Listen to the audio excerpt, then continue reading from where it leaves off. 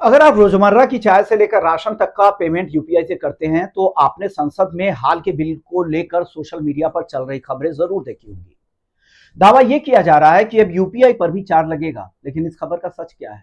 क्या आपकी जेब ढीली होगी या नियम सिर्फ बड़ी कंपनियों के लिए है? एक्चुअली संसद में पास हुए taxation and other law amendment bill 2026 और वित्त मंत्रालय के आधिकारिक आंकड़ों के आधार पर क्या स्थिति है, इसको समझ लेते हैं।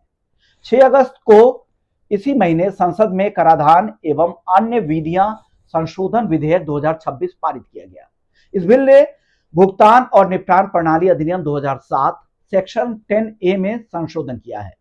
पहले का नियम 2020 के कानूनन यूपीआई और रुपे कार्ड पर 0 एमडीआर लगता था, यानी बैंक या पेमेंट एप्स किसी से भी कोई फीस नहीं ले सकते थे। नया नियम क्या है? अब सरकार को यह वैधानिक अधिकार, लीगल पावर मिल गया है कि वो जरूरत पड़ने पर नोटिफिकेशन जारी करके चुनिंदा डिजिटल भुगतान पर फीस तय कर सकते हैं या नियंत्रित कर सकते हैं। वित्त मंत्रालय और आरबीआई ने साफ किया है कि आम ग्राहकों पर 0% चार्ज लगेगा। किसी भी ग्राहकों को यूपीआई से पेमेंट करने के लिए ₹1 भी एडिशनल चार्ज नहीं देना होगा। P2P ट्रांसफर पूरी तरह से मुफ्त है। अगर आप दोस्त, रिश्तेदार या दूध सब्जी वाले को पैसे ट्रांसफर करते हैं तो वो पहले की तरह फ्री रहेगा। एमडीआर नियम केवल कारोबारियों के लिए है। अगर कोई चार्ज लागू भी होता है तो वो बैंकों और पेमेंट एप्स द्वारा बिजनेसेस से लिया जाएगा, ग्राहकों से नहीं।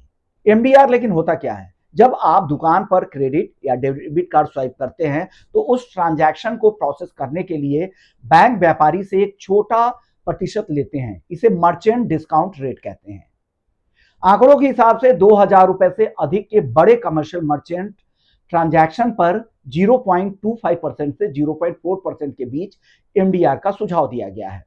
ध्यान दीजिएगा कि यूपीआई का तकरीबन 95% लेन देन ₹2000 से कम का होता है, इसलिए 95% डेली का पेमेंट इस दायरे से पूरी तरह से बाहर रहेंगे। सरकार ने संसद में यह भी साफ किया है कि यह कदम क्यों जरूरी था। साइबर सिक्योरिटी और इंफ्रास्ट्रक्चर को मजबूत करने के लिए, सर्वर डाउन ना हो, फ्रॉड रुके और साइबर सिक्योरिटी मजबूत रहे, इसके लिए बैंक्स और फिनटेक कंपनियों को लगातार बड़े इन्वेस्टमेंट की जरूरत है। बैंक्स और फिनटेक कंपनियों को फाइनेंशियली एक सस्टेनेबल बनाने के लिए मर्चेंट से मामूली फीस लेने का रास्ता यहां पर खोला गया है। तो कुल मिलाकर कहें तो ग्राहकों के लिए कुछ नहीं बदला है। आप आगे भी बिना किसी एडिशनल चार्जेस के यूपीआई का इस्तेमाल करते रहेंगे। यूपीआई पर आपको कोई चार्ज नहीं देना होगा। संसद ने सिर्फ सरकार को फीस तय करने का अधिकार दिया है। अभी national payment corporation of India NPCI की स्टीयरिंग कमेटी ने अंतिम दरें और तारीखें घोषित की है, इसलिए भ्रामक दावों से बचे। आपका यूपीआई पूरी तरह से सुरक्षित और आज भी फ्री है।